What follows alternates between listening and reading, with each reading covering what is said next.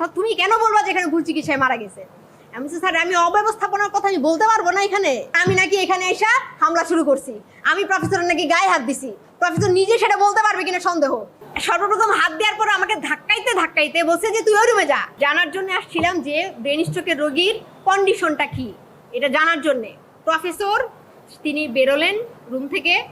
বের হওয়ার পরে তাকে আমি কাগজপত্র দেখালাম রোগীর এবং বললাম যে উনি ব্রেন স্ট্রোক করছেন, 5:30টার দিকে আসছেন, এখন তার কন্ডিশনটা কি এটা একটু জানার প্রয়োজন। তো তিনি বললেন যে আমি তো এখন চলে যাব, ইন্টার্নি ডাক্তার যারা আছে তারা হচ্ছে এটা দেখবে আর কি। তো তখন আমি বলতেছিলাম যে কখন কি কন্ডিশন হয়ে যায়, ব্রেন স্ট্রোকের রোগী। তো 7 দিন আগে যেটা হয়েছে, আমাদের একজন পরিচিত বড় ভাই সে হচ্ছে ব্রেন স্ট্রোক করে এই হাসপাতালেই আপনাদের টাঙ্গাইল মেডিকেল কলেজ হাসপাতালে ভর্তি হয়েছিল, ভুল চিকিৎসার কারণে মারা গেছে।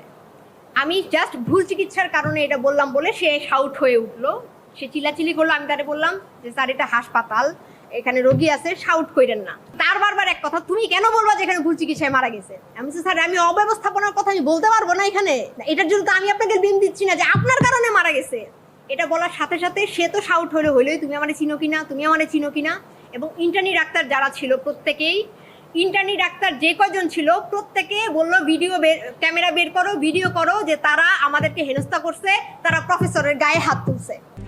RICL TMX, যুগের পর যুগ স্থাপনা থাকে মজবুত। এরপরে তারা এখন অস্বীকার। আমি যখন লাইভে যখন বলা শুরু করছি যে আমাকে প্রমাণ দেন যে কোথায় আমি আপনাদের প্রফেসরের গায়ে হাত দিছি, তারা বলতেছে যে আমরা গায়ে হাত তোলার কখনো কথা বলি না, আমরা বলছি আঙুল লুচিয়ে কেন কথা বলছেন। আমি বলছি আঙুল লুচিয়ে কথা বলার কথা আপনারা বলছেন প্রথমে, আঙুল লুচিয়ে কেন কথা বললাম। কিন্তু এই যে পরবর্তীতে যখন বললেন বারবার করে যে এরে কোনোভাবে বের হতে দেওয়া যাবে না, এটা থানায় সোপর্দ করতে হবে, কারণ আমি নাকি এখানে এসে হামলা শুরু করছি, আমি প্রফেসরের নাকি গায়ে হাত দিছি। প্রফেসর নিজে সেটা বলতে পারবে কিনা সন্দেহ। রোগীর লোকজন সবাই চুপচাপ থাকতে বলছে, ওকে ফাইন, হ্যাঁ আমি চুপচাপ থেকে এখানে একটা বেড আছে, বেডে আমি জাস্ট বসে আছি। আমি ওখানে বসে আছি, 10 থেকে 12 জন ইন্টার্নি ডাক্তার এবং নারীও ছিল পুরুষও ছিল, কিন্তু নারীরা গায়ে হাত দেয় নাই। পুরুষ একজন দাড়িওয়ালা যে সে আমাকে যখন তারা যে ভিডিও করতেছিল বারবার আবার বলতেছিল ভিডিও করো, তো বললাম আপনারা ভিডিও করতেছেন, আমি ভিডিও করতে পারবো না। আমি যখন আবার লাইভে যাইতে নিলাম আমার ফোন কেড়ে নিল ইন্টার্নি ডাক্তাররা এবং আমার গায়ে সর্বপ্রথম হাত দেওয়া হয়েছে। সর্বপ্রথম হাত দেওয়ার পর আমাকে ধাক্কাইতে ধাক্কাইতে বলছে যে তুই ওই রুমে যা। এইখানে ধাক্কাইতে ধাক্কাইতে আমাকে ফেলে দিছে এইখানে। এরপরে তারা ভিতরে ঢুকলো, দরজা গেট বন্ধ করে দিল, আমার ফোন ধরেন সিজ করা, তারা আমার ফোন নিয়ে গেল।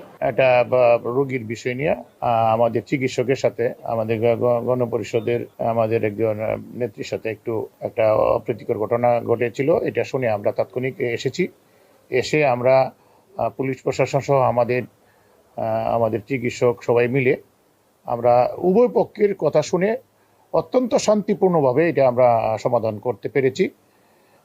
এবং যে বিষয়গুলি নিয়ে কথা হয়েছে যে হসপিটালে রোগী বা রোগীর চিকিৎসাপত্র, আমি আশা করি যে এগুলি আমরা সর্বদাই চেষ্টা করি রোগীরা যাতে সুন্দর সেবা পায়। আমরা এই সব বিষয়গুলিতে আরও সুন্দরভাবে অ্যাড্রেস করে মানুষের স্বাস্থ্যসেবা যাতে নিশ্চিত করা যায় সেটা আমরা কাজ করে যাচ্ছি এবং কাজ করব। কথাবার্তা একটু উচ্চবাক্য হয়েছে, এটাও উভয় পক্ষে ওনারা বলেছে যে আসলে এটা ঠিক হয় নাই। দুই পক্ষের কথার মাধ্যমে ওনারা ভুল স্বীকার করেছেন এবং যেটা হয়েছে এটা সুন্দরভাবে সমাধান হয়েছে। আর আপনি যেটা বলছেন যে হাতাহাতি বা অন্যান্য বিষয়টা আমি ইন্টারনালি আরও দেখবো, যদি কোনো কিছু ঘটে থাকে এটা আমি অবশ্যই এটা আমার হসপিটালে কোনোভাবে আমি বরদাস্ত করবো না এবং আমি এটা ব্যক্তিগতভাবে তদন্ত নিয়ে আমি সমাধান করব। শুনেন, ইন্টার্ন চিকিৎসক সদ্য পাশ করা, এরা 1 বছরের জন্য তারা প্রশিক্ষণ গ্রহণ করে। ওরা তরুণ চিকিৎসক, এখান থেকে তারা চিকিৎসা শিখবে, তার ব্যবহার শিখবে এবং এতে বেরিয়ে গিয়ে তারা হয়তো সরকারি চাকরি বা যে কোনো ডিগ্রি করুক তারা করবে, ওরা ট্রেনিংরত অবস্থায়। তো এই বিষয়গুলি আমরা সর্বদাই আমাদের একটা হয়, কাউন্সিলিং করা হয় যে তারা যাতে কোনোভাবেই রোগীদের সাথে কোনো ধরনের খারাপ আচরণ যাতে না করে, কোনো ধরনের পরিস্থিতি যাতে স্বীকার না করে, এইটা হাসপাতালে বা ভর্তি না। তো এইটা আপনি যেটা বলছেন আমি হয়তো মাঝে মধ্যে শুনি, এই ব্যাপারে আমি সাথে সাথেই আমার ডিপার্টমেন্টের সাথে কথা বলে আমরা করি। যেহেতু তারা তরুণ যারা, এদের কোনো বিষয় হলে এদের যে প্রতিক্রিয়াটা একটু হয়তো বা একটু অন্যরকম হয়, আমরা চেষ্টা করবো তাদের বিষয়ে একটু গুরুত্ব দেওয়ার জন্য।